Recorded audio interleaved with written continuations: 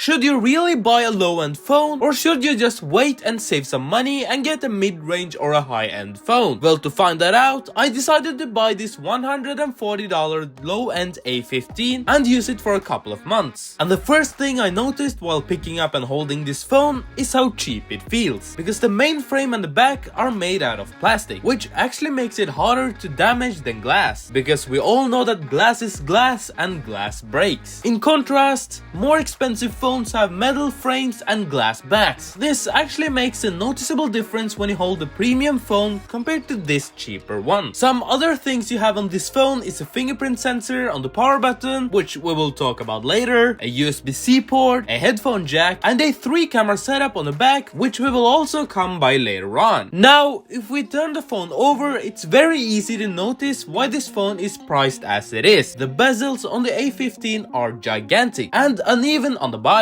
which is understandable, as it is more expensive to make a screen with even bezel. And the selfie camera is not exactly a hole punch camera, which more expensive Samsung phones have. This one, however, is just protruding from the top bezel. Now, since the screen is quite big, it makes it better for watching content. And although it isn't as good as displays on higher end phones, it's alright. And I gotta say, in terms of the screen, you actually get a bit more than what you pay for. Anyways, it's time to look at the hardware. So the A15 has a G99 chipset, 4GB of RAM and 128GB of storage. Now you can choose to configure your phone with up to 8GB of RAM and get one with even more storage. Anyways, let's look at how all this hardware make this phone perform. Starting with unlocking the phone with the fingerprint sensor, which is actually super quick. And if you don't want to use the fingerprint sensor, you can also use the facial recognition system, which I personally tend to use more often. The phone also handles simple tasks like texting and making calls just fine. Scrolling through the web and using social media, well, it gets the job done, but you might have to be a little patient. Now, gaming is surprisingly decent on this phone. That's thanks to the game mode feature, which makes the G99 chip focus its powers on the game itself while limiting the background activities. That doesn't mean that it doesn't lag when gaming, I'm just saying that this phone is doing better than what I expected it to do. But one more thing, when this phone was brand new out of the box, the performance was very smooth for the first 3 months. But then everything just started to slow down. I know that phones in general just slow down over time due to updates, better wear, and etc. But such things should happen over years, not months. For example, even this 6-year-old iPhone XR isn't as laggy as the A15. Anyways, now let's shift our focus to the cameras. The A15 has a 50 megapixel wide camera, a 5 megapixel ultra wide camera, and a 2 megapixels macro camera. Or in other words, it's the biggest piece of dog shit. And let me show you why. I mean, just look at the photos the main 50 megapixel camera takes. It isn't good by any means. And here are some photos taken with the 12 megapixel main camera on the iPhone XR. For comparison, this phone also has no low light mode, so you would have to use the flash. Now, the photos taken with the other 2 cameras looks like they've been taken with the potato. Yeah, I didn't even bother using them that much. And the video quality, well, it isn't obviously that much better either. It can only record up to 180p at 30 FPS, and that's about it. But since the overall processing power sucks, the final video we get from the A15 is trash. And again, here's a video clip taken with the A15 compared to the same video clip taken with the iPhone XR. But now let's look at the battery. The A15 has a 5000 mAh battery, which actually lasts about 2 to 3 days with my usage, and that's really great.